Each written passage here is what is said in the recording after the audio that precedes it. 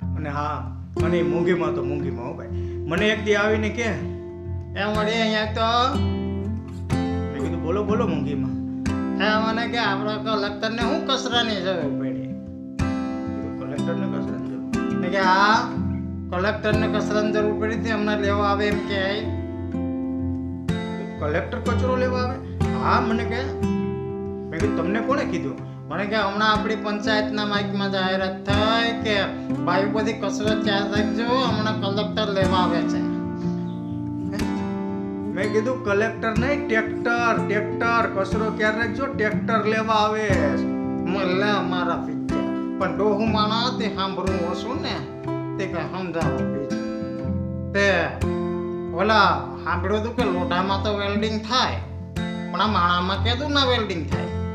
મેં કીધું માણામાં વેલ્ડિંગ? મને કે હા, માણામાં વેલ્ડિંગ થાય એવું સાંભળ્યું. મેં કીધું ક્યાં સાંભળ્યું? મને કે કાલ છે ને ઓલી બધી બાયુ બેહવા આવી ગયું છે, મને કે જોયું.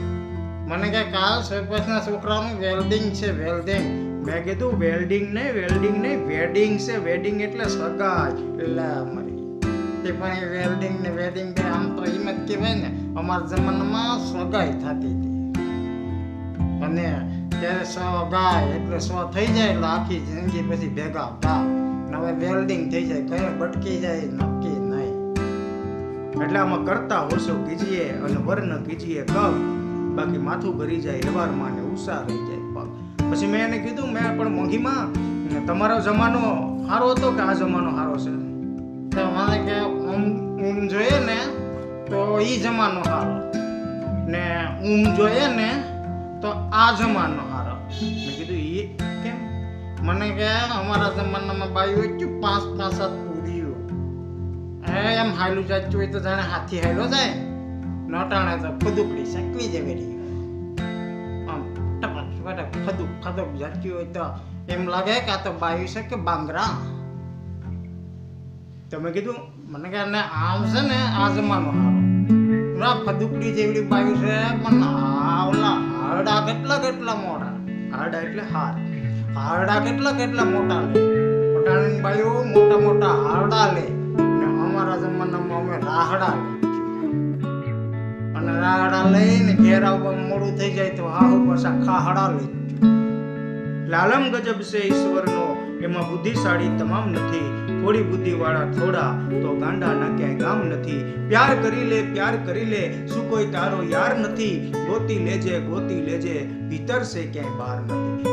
તમે કીધું પણ એ જમાનામાં મોંઘીમાં ટીવીયું હતું? મને કે ગરીબથી માંડીને તવંગ સુધી બધાને બીવીયું હતું, ટીવીયું નચ્યું. નટાણે ઘેર ટીવીયું છે, પણ અડધાને બીવીયું નથી.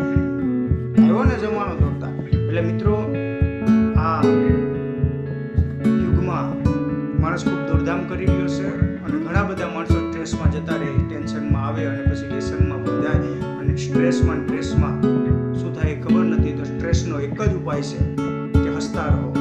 અને મારો પ્રયાસ એવો છે કે તમે બધા કોઈ સ્ટ્રેસમાં ન આવો, હસતા રહો. એટલા માટે જ રોજ 5 વાગે તમે બધા થાકી અને તમારા નોકરી ધંધા ઉપરથી આવો, થોડું ઘણું સ્ટ્રેચ હોય, થોડું ઘણું ટેન્શન હોય, એમાંથી હળવા ફૂલ થઈ જાઓ. એટલા માટે હું રોજ એક પ્રયાસ કરું છું, એક નાનો એવો શોર્ટ વિડીયો બનાવી અને તમારી સમક્ષ મૂકું, અને તમે સાંભળી અને થોડા હળવા ફૂલ થઈ જાઓ. એટલા માટે જ તો હું 5 વાગે રોજ તમારા માટે એક વિડીયો મૂકું છું. તો આપ સાંભળતા રહેજો, હસતા રહો, ખીલતા રહો, અને શક્ય હોય તો સપોર્ટ કરતા રહો. સબસ્ક્રાઇબ કરીને, લાઈક કરીને